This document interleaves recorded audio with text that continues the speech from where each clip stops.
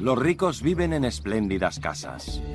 En las afueras se encuentra Villa Adirana, una residencia imperial de verano con jardines y pozos. Pero la mayoría de personas que vivían en Roma lo hacían en pisos de alquiler. Algunos restos aún se pueden ver hoy en Ostia, ciudad portuaria de Roma. En la planta baja hay puestos de aperitivos y pequeñas tiendas. La gente vivía en pequeñas y estrechas habitaciones en los pisos superiores, sin baño ni cocina. Muchos de los pisos eran muy caros, incluso estando deteriorados. Por otro lado, una cuarta parte de la ciudad era espacio público disponible para todos los ciudadanos. La gente se reunía en el Coliseo, el primer escenario con varios pisos. Tenía espacio para 70.000 personas e incluso presumía de tener toldos para soles. La entrada era gratuita para los pobres y se repartía pan. Era la primera vez en la historia.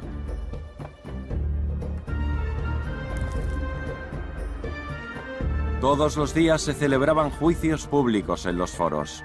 Cualquiera podía ir a verlos. Los templos eran también lugares de encuentro populares. El foro fue el precursor de la plaza. En la isla de Sicilia, en la provincia de Enna, se encuentra uno de los baños romanos mejor conservados de la antigüedad. La Villa Romana del Casale, una lujosa finca en el campo, ha sido considerada Patrimonio Mundial desde 1997. Estamos aquí en uno de los hornos de la villa. Los esclavos tenían que añadir leña constantemente. Así es como calentaban el agua y luego pasaba por estos conductos hasta los baños. El aire caliente fluía dentro de la villa, por debajo del suelo, y también en las tuberías a lo largo de las paredes, y calentaba todos los baños. Esta parte de la villa se conocería como Hamán, en el este. Aquí es donde cuidaban su higiene corporal, muy importante para los romanos. Eso es lo que mostraban los mosaicos. Esclavos que cuidaban de los baños. También había mujeres esclavas que se encargaban de las mujeres.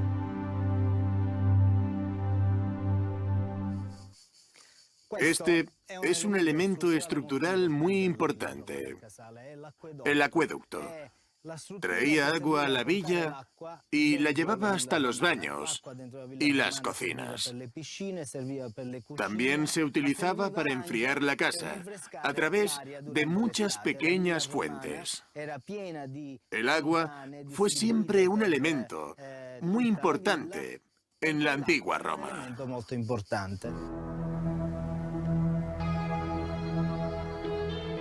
Ingeniosos ingenieros de Roma inventaron el acueducto. Tuberías de agua monumentales, obras maestras de la construcción. Un exdirector de la Autoridad del Agua romana escribió con orgullo: «Comparad la diversidad de nuestras construcciones, las cuales traen aquí el agua, con las inútiles pirámides o los monumentos sin sentido de los griegos». Nada menos que 5 conductos de larga distancia llevaban agua a Roma. Cada día, 900 millones de litros de agua dulce llegaban a la ciudad. Eso hace una media de 400 litros de agua por persona al día. El agua dulce se guardaba en embalses y a partir de ahí, tuberías de presión lo llevaban hasta pilas distribuidoras en el centro. Había letrinas por toda la ciudad, donde a todo el mundo le gustaba hablar de asuntos privados y de negocios. La ciudad tenía varios baños grandes. Más de 1000 fuentes y pozos eran alimentados constantemente con agua potable. La creencia de sanum per aquam, que significa salud a través del agua, se generalizó.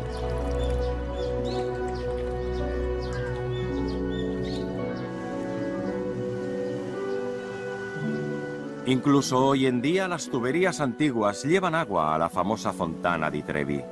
Hasta el siglo XIX, el antiguo sistema de agua romano fue considerado como el más avanzado de Europa.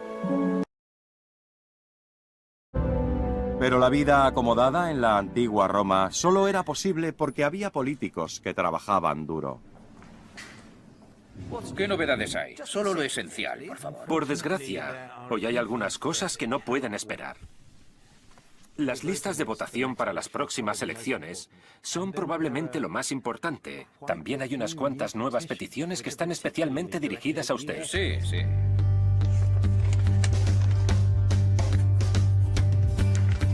La clase alta romana era de todo menos perezosa y decadente. Al contrario, era muy trabajadora, ambiciosa y mantenía el imperio unido. De hecho, pocos cientos de hombres gobernaban a más de 60 millones de personas en el imperio. Al igual que una corporación moderna, unos pocos gerentes llevaban las riendas de la enorme empresa Imperium Romanum. Así no es. Date prisa.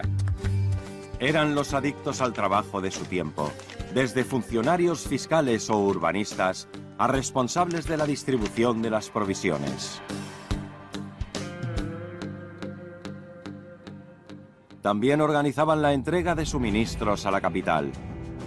El vino y el aceite llegaban en ánforas principalmente desde Hispania. Los caballos para su ejército eran del norte de África, el hierro de la Galia, el ámbar de Germania y la lana de Britania. Lo más importante, el grano, venía de la provincia más rica de Roma, Egipto. La tierra de los faraones era el granero del poderoso imperio.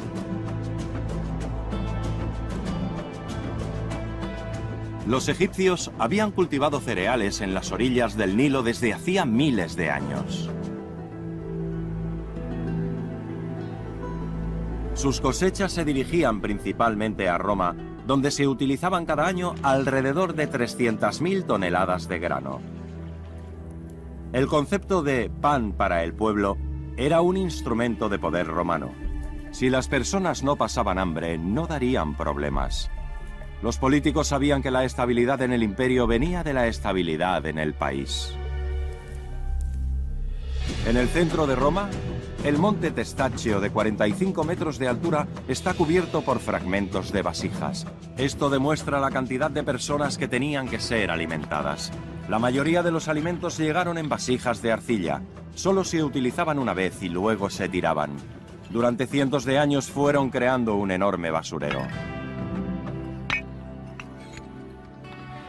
Aquí, esta ánfora, estos fragmentos, son de ánforas africanas. Se reconocen porque la pasta es muy fina y tienen un sonido metálico bastante notorio. Dividiendo el peso que los geólogos han calculado del testacho por el peso de una ánfora, podemos llegar a la conclusión de que lo que todavía queda, y de aquí se ha perdido mucho material, representaría aceite suficiente para alimentar a una población de 1 millón de habitantes durante 250 años. Pero para alimentar a 1 millón de personas solo en Roma, la administración tenía que funcionar como un reloj. Si esto sigue así, no puedo hacer nada. Los mensajeros estarán aquí pronto. No quiero seguir oyendo falsas promesas. ¿Cuándo es exactamente la próxima sesión del Senado? La semana que viene. ¿Y qué es lo que tenemos? La lista de los recibos llegó esta mañana temprano. ¿Y cómo pinta?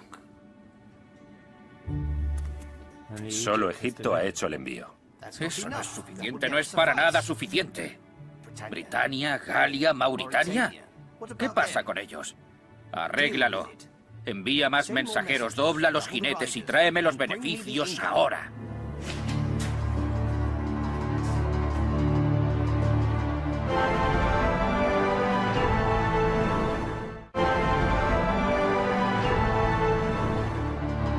Gobernar el imperio no hubiera sido posible sin las elaboradas redes de caminos.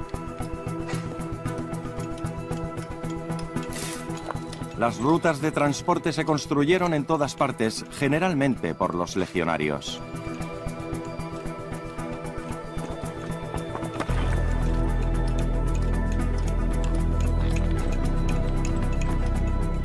Con el tiempo, los romanos diseccionaron todo el reino con senderos y caminos de piedra.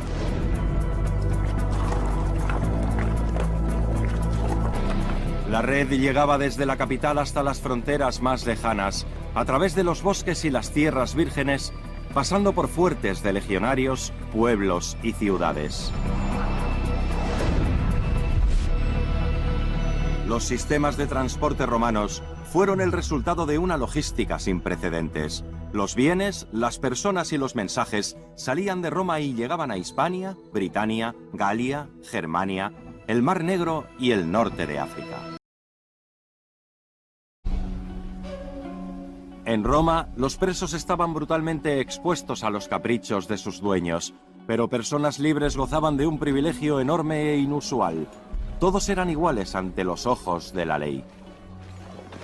Todos los ciudadanos de Roma gozaban de derechos civiles romanos, sin excepciones. Un abogado normalmente representaba al demandante en la corte. Las estrategias de juicio eran a menudo comentadas en la letrina pública. Me ha engañado. Sí. Y encima, más de una vez. Ya hemos hablado sobre esto. La pregunta es, ¿tiene usted pruebas? ¿Pruebas evidentes? Todo el mundo sabe que ella me ha engañado. Es la comidilla de la ciudad. ¿Y qué me dice del hijo que ella dio a luz después de nuestro divorcio? No se parece a mí en absoluto. ¿No es eso una prueba? Él podría ser tuyo igualmente. Necesitamos pruebas, no rumores. Se lo explicaré al juez. Él me creerá. El derecho romano se desarrolló con el fin de crear el orden en la sociedad y permitir una vida comunitaria pacífica. Sin este orden, no sería posible una vida confortable, o el comercio, así como las vidas de las personas habrían estado en riesgo. La ley surgió de las tradiciones, las costumbres de los antepasados. Los romanos las seguían desde tiempos inmemoriales. Estas tradiciones se convirtieron gradualmente en leyes, las cuales luego fueron escritas. Los romanos no tardaron en celebrar juicios. Su jurisdicción era pública, un pasatiempo para muchos ciudadanos. Cualquier persona que deseara ejercer como abogado tenía que trabajar mucho y muy duro, pero no hay ninguna educación reglada, así que todo se transmitía a través de abogados con experiencia. ¿Por qué aquí? ¿De qué va todo esto? Bien, muéstrame cómo lo haces. Vamos.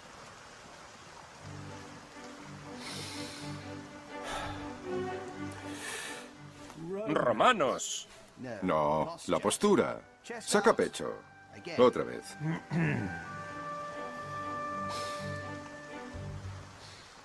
¡Romanos! Más fuerte. Tienes que hacer que se fijen en ti. Y tienes que mover mejor los brazos. Los gestos exagerados son importantes. Vamos.